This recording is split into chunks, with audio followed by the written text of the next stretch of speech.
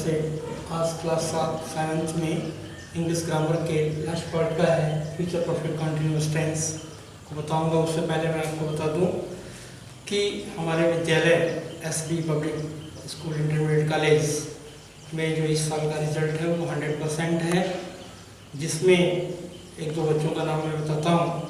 High school में अंजलि पटेल 88.66% लाई है और इंटरमीडिएट में तनुजपाल सिंह 82.04% का मार्क्स आया है। तो ये उनके मेहनत का नतीजा है कि आज इतना अच्छा परसेंटेज ला करके वो अपना गौरव स्थापित किया है। आपसे भी एक रिक्वेस्ट है कि आप सभी लोग मेहनत करिए, मेहनत से पढ़िए और आगे नाम रोशन करिए। साथ ही हमारे स्कूल में ऑनलाइन एडमिशन और क्लास 9th और 10th 11th 12th का बोर्ड फॉर्म और रजिस्ट्रेशन भी कराया जा रहा है। उसके लिए कल तक का समय है, अर्थात 16 जुलाई तक का समय दिया गया है बच्चों को। और आप अपने सभी दोस्तों से, मित्रों से ये कह दीजिए कि स्कूल में एडमिशन कराएं और अपना वो रजिस्ट्रेशन कराएं, बोर्ड फॉर्म भरवाएं और साथ ही अपना कार्य सुनिश्चित करें। Thank you. मैं आज चलता हूँ आपको लेकर के फ्यूचर परफेक्ट कंटिन्यूअस टेंस के बारे में बताऊँगा। क्लास 7th में आप सभी जानते हैं कि सबसे पहले इस टेंस में इसकी पहचान होनी चाहिए। पहचान इस वाक्य के अंत में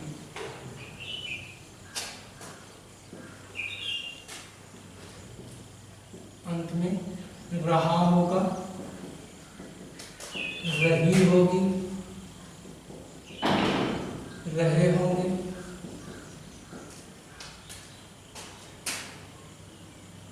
और समय के साथ दिया जाता है।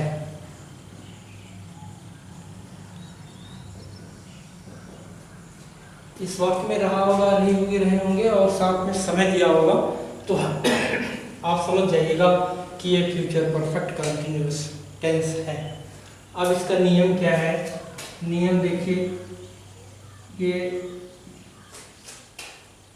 सबसे पहले सब्जेक्ट होता है, फिर विल हैव बीन या shall have been plus main verb में ING plus object plus since या फॉर प्लस etc।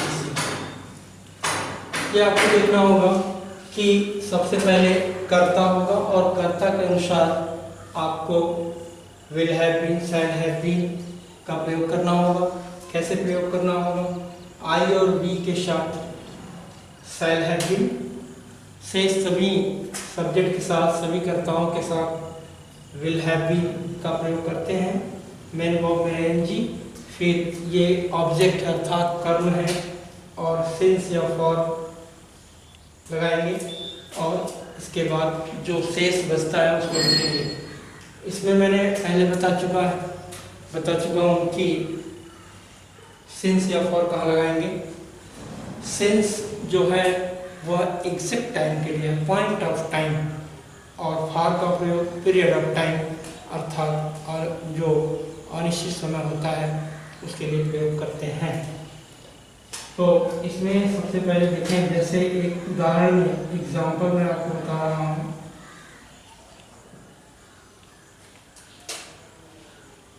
सुधा 2 दिन से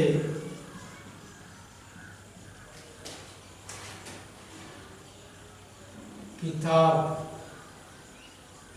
पढ़ रही होगी। 2 सेंटेंस देता हूँ। सुधा, दूसरा मैं 2 बजे से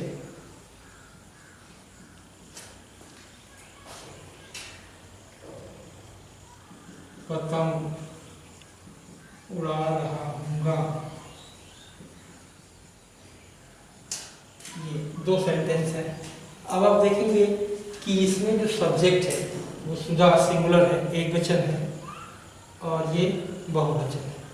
इसमें देखेंगे सुधा 2 दिन, 2 दिन का मतलब है यह एग्जैक्ट टाइम नहीं है, पॉइंट ऑफ टाइम नहीं है, ये पीरियड ऑफ टाइम है। यहाँ पे फॉर का प्रयोग करेंगे जहाँ सिंस और फॉर का प्रयोग होता है, और यहाँ 2 बजे दिया है, एग्जैक्ट टाइम दिया है, एग्जैक्ट समय से मतलब है कि इसमें सिंस का प्रयोग होगा। तो सबसे पहले आप नियम की चलिए रूल पे देखें, पहले वाक्य का ट्रांसलेशन सुधा। अब ये क्या है, आई और वी के अंतर्गत तो है नहीं, तो यहाँ पर क्या लगाएंगे, will have been. Sudha will have been. Main verb क्या है, पढ़ रही है, reading. Sudha will have been reading, क्या पढ़ रही है, ऑब्जेक्ट है अ बुक। अब यहाँ पर आपको सिंस और फॉर का प्रयोग करना है, 2 दिन है तो यहाँ पर फॉर 2 days।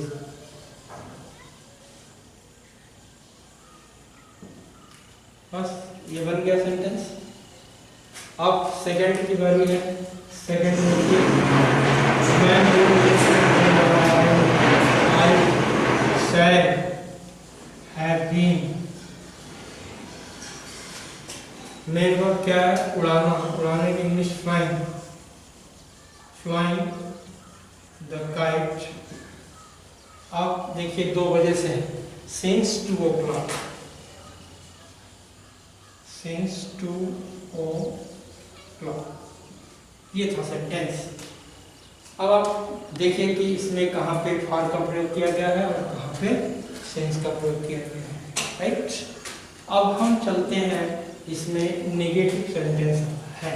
नेगेटिव सेंटेंस के बारे में आपको बताऊं कि नेगेटिव केवल नॉट का प्रयोग इसमें करना होता है, और नॉट कहाँ लगाएंगे, विल या शैल जो सहायक क्रिया है उसके बाद लगाते हैं। नेगेटिव का रूल है, देखिए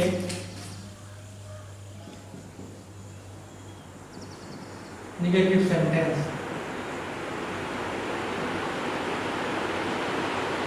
इसका रूल है सब्जेक्ट होगा plus will not have been, या shall not have been, plus main verb में ing plus object plus since या फॉर प्लस etc। अब यहाँ पर एग्जाम्पल आया, तुम एक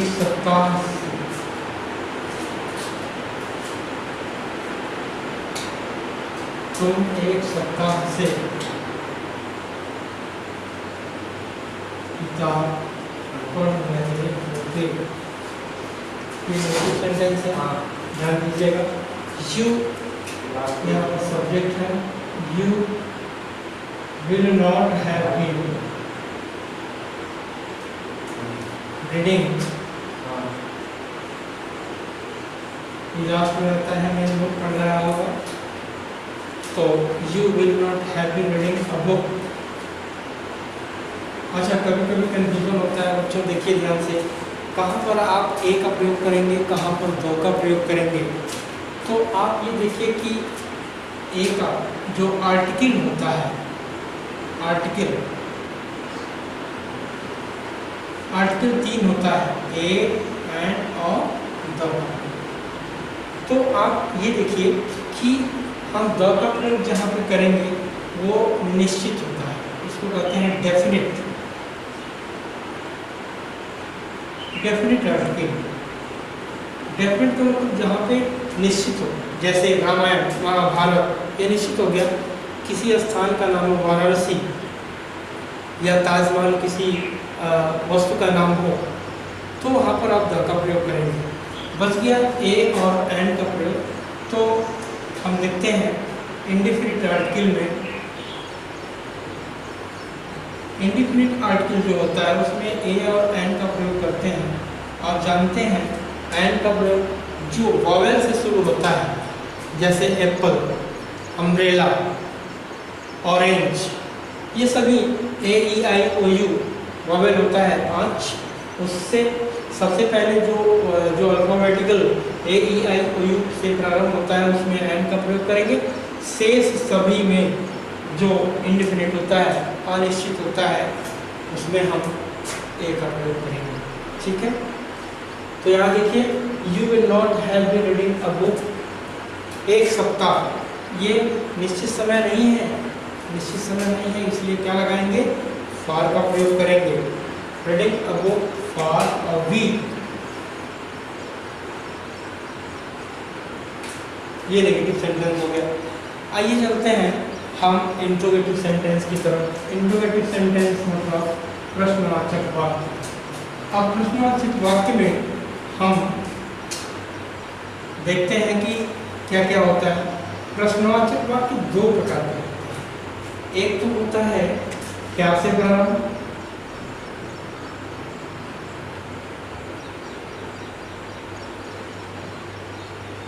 इंट्रोगेटिव सेंटेंस को कहते हैं प्रश्नवाचक वाक्य।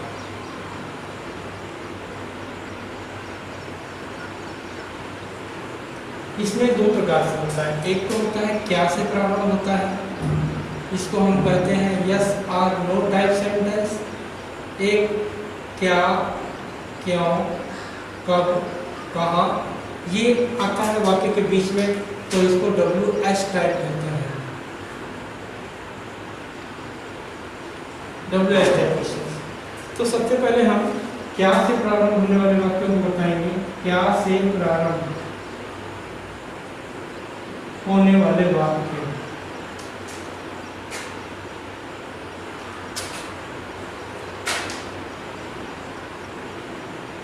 होने वाले वाक्य, इसको हम कहते हैं यस और नो टाइप। अब इसमें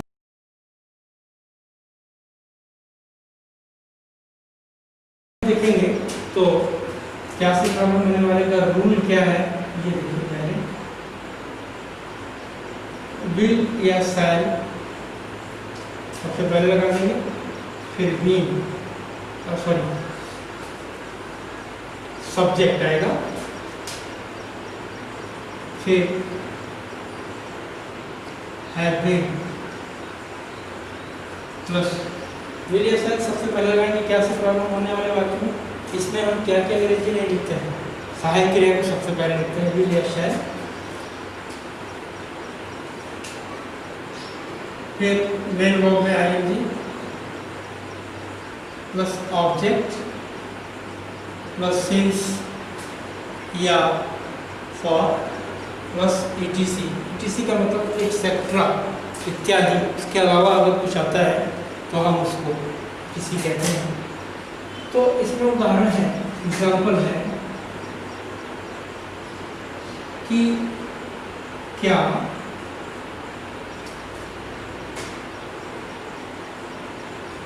चपरासी 2 घंटे से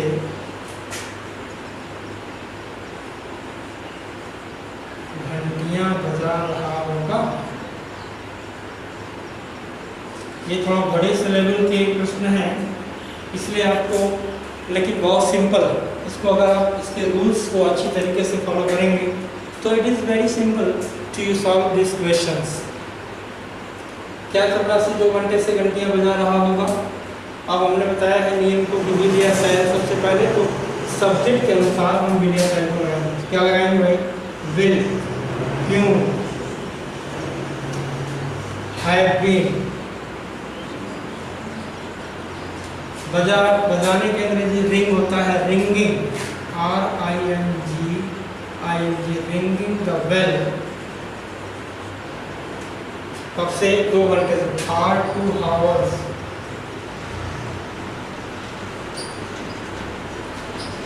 ठीक है,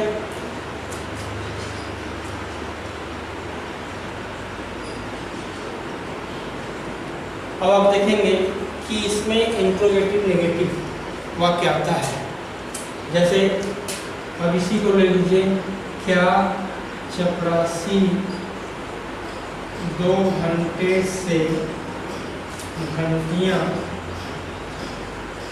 नहीं बजा रहा होगा। ये इसको कहते हैं इंट्रोगेटिव नेगेटिव सेंटेंस। तो आप देखेंगे विल क्यों। अब इसमें सबसे पहले आप जो है तुरंत ये सब्जेक्ट के बाद नॉट लगा दीजिएगा, बन जाएगा। सेम वही रहेगा, विल क्यों नॉट हैव बीन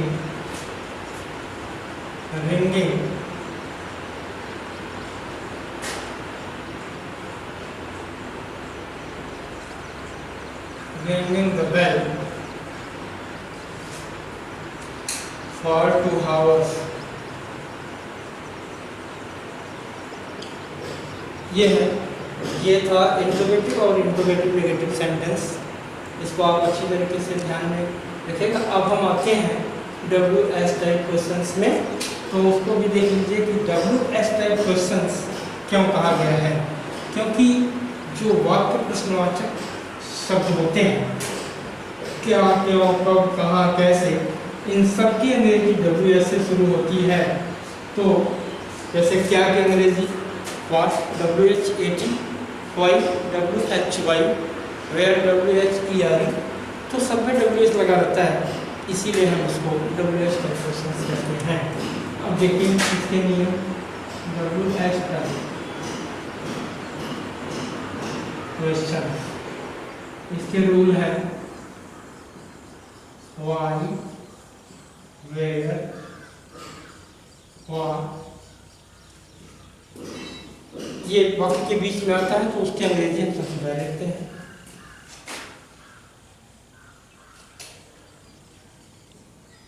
विल या shall plus subject plus have been plus main verb में ING plus object plus since या फॉर प्लस ETC।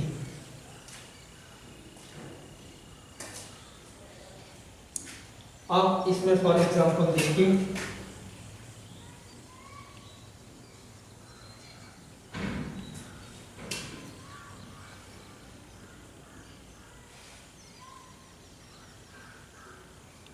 जैसे रामू 2 दिन से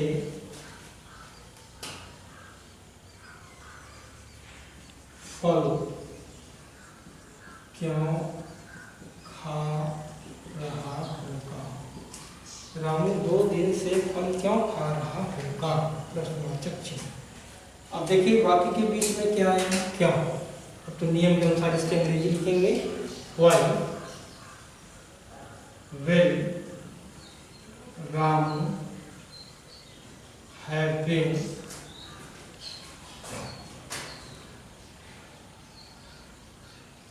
देखिए why हो गया, will या shall में से एक हो गया, फिर सब्जेक्ट हो गया, फिर have been। अब मेन वर्ब क्या है, खा रहा होगा, eating the fruits। कब से, for 2 days। प्रश्न मार्क ऑफ इंट्रोगेशन। अब इसमें आपको देखना है, इसमें भी इंट्रोगेटिव नेगेटिव सेंटेंस आता है। तो अब आप देखिए उसके नियम को। इंट्रोगेटिव नेगेटिव सेंटेंस,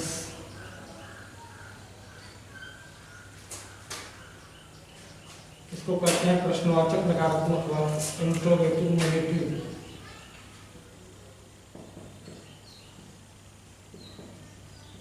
सेंटेंस, प्रश्नवाचक नकारात्मक वाक्य। इसके रूल है why, where, what plus will या shall plus subject plus not plus have been plus main verb में ing plus object plus since या फॉर प्लस etc। ये देखिए वाई वेयर व्हाट विल या शायद सब्जेक्ट, इसके बाद तुरंत नॉट लगा देना। इसमें यही अंतर है कि जब इंट्रोगेटिव नेगेटिव सेंटेंस आएगा तो सब्जेक्ट के बाद आपको नॉट लगा देना है, बाकी सेम उसी तरीके से रहेगा। जैसे राधिका 2 घंटे से पत्र क्यों नहीं लिख रही होगी। अब यहाँ भी प्रश्नवाचक नकारात्मक है, इसलिए मार्क का कंटिन्यूएशन होगा। तो सबसे पहले हम इसके अंग्रेजी लिखेंगे one will Radhika not have been. Why will Radhika not have been? Main verb क्या है? लिखना।